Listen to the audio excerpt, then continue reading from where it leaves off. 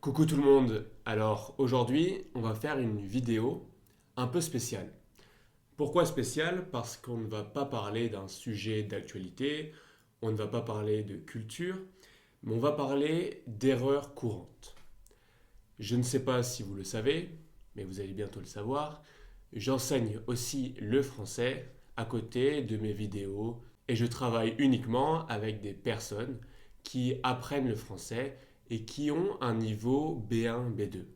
Donc des personnes qui sont capables de s'exprimer sur plein de sujets différents, mais qui parfois, lorsqu'elles parlent, vont commettre telle ou telle erreur. Ça fait maintenant 1 an et demi, voire 2 ans, que j'enseigne le français, que je fais des cours particuliers, et je vois environ 3-4 élèves par jour. Même si je commence à ralentir le rythme pour me concentrer sur des projets qui me tiennent plus à cœur, où je vois que je suis plus épanoui, où je m'amuse plus et où je peux aider le plus de monde possible.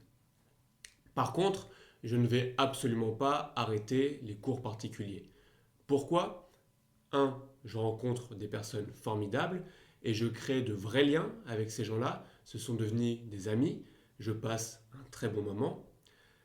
Bien sûr, il ne faut pas que ça prenne toute ma journée parce que j'ai d'autres choses à faire du sport, travailler sur d'autres projets, mais c'est quand même très important.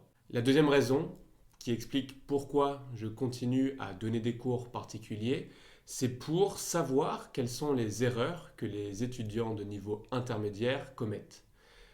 Bien sûr, je peux lire des livres, mais je préfère apprendre par l'expérience. C'est beaucoup plus simple de me rendre compte que tel ou tel point est difficile, qu'il pose problème aux personnes qui ont un niveau intermédiaire lorsque je le vis. Si un élève n'arrête pas de faire la même erreur à chaque fois, je comprends que c'est une erreur typique et donc je peux plus facilement l'aider. Et en fait, ces erreurs-là, eh bien, j'ai 3-4 cahiers comme ça où je note toutes les erreurs. Et il y en a qui reviennent extrêmement souvent. Et enfin, il y a bien sûr le côté monétaire. Il faut mettre du beurre dans les épinards, il faut acheter des cadeaux à ses proches, il faut s'amuser et il faut apprendre et il faut se faire plaisir. Voilà, ça c'était pour expliquer pourquoi je continue à faire des cours particuliers. Mais ce n'est pas vraiment le sujet de la vidéo. Aujourd'hui, on va voir ensemble quelques erreurs, on va en faire une page environ, que mes élèves commettent. Bien sûr, je n'ai pas pris les dernières pages parce que ce ne serait pas gentil pour eux. Voilà, on va commencer, on va faire un jeu ensemble. Bon, voilà. Euh, on continue parce que c'est pas très intéressant. Ok, on va prendre cette page. Donc c'est un élève que j'aime beaucoup, je pense qu'il se reconnaîtra. Un de mes premiers élèves, ça fait bientôt 1 an qu'on travaille ensemble. Il a énormément évolué. Il parle très bien français maintenant. Et je suis très très content de l'avoir accompagné dans cette aventure. Et donc, ce cahier, je pense qu'il date de ouais, septembre dernier, septembre 2023. Donc, ce sont des erreurs d'un niveau B1, B2, et notamment des erreurs qui pourraient intéresser des personnes qui parlent espagnol.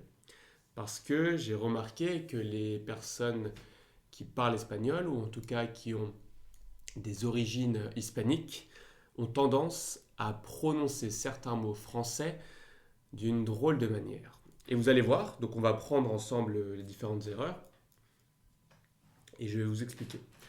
Première chose, quand vous dites j'ai vu, I saw, on ne va pas dire j'ai vous, mais j'ai vu, parce que le U se prononce U et pas OU. Donc on dit bien j'ai vu. Comment vas-tu? How are you? Comment vas-tu? Et pas comment vas-tu? Même chose, ne pas prononcer le U ou. Comment vas-tu? Obliger le lire. Obliger le lire, en français, on va dire je suis obligé de le lire. On utilise le verbe être obligé de faire quelque chose. Il ne faut pas oublier le de. Je suis obligé de le lire. Je comprendre. Voilà, l'erreur est assez simple. Le verbe n'est pas conjugué. Donc, si vous voulez le conjuguer au présent, ça va être je comprends et pas le verbe à l'infinitif. Je dois me souvenir.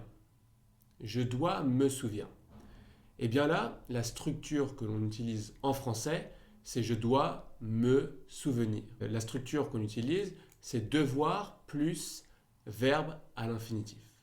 Je dois faire mes devoirs. Je dois manger. Je dois me souvenir. Comme le verbe ici est se souvenir, to remember, on va dire je dois me souvenir. Une sélection très courte. Une sélection très courte, ici, on a un problème d'adjectif et d'accord. Une sélection, c'est féminin. Une sélection très courte. L'adjectif va s'accorder avec le nom. Une sélection, singulier féminin, on met un E très courte. Dans l'école, si vous voulez dire at school, on va dire à l'école. Et pas dans l'école, mais à l'école. On peut, le verbe pouvoir, attention, lorsque vous le conjuguez à la troisième personne du singulier, c'est pas on peut, mais on peut. On peut, we can. De le roi, attention, en français, de plus le, ça donne du roi.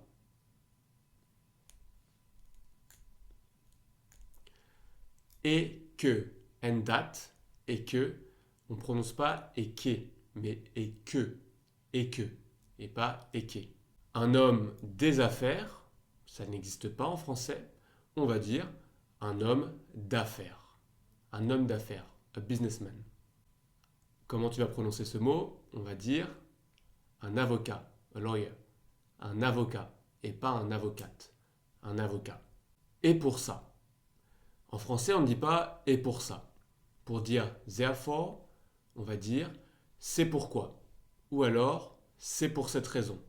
Ou alors c'est pour cela que.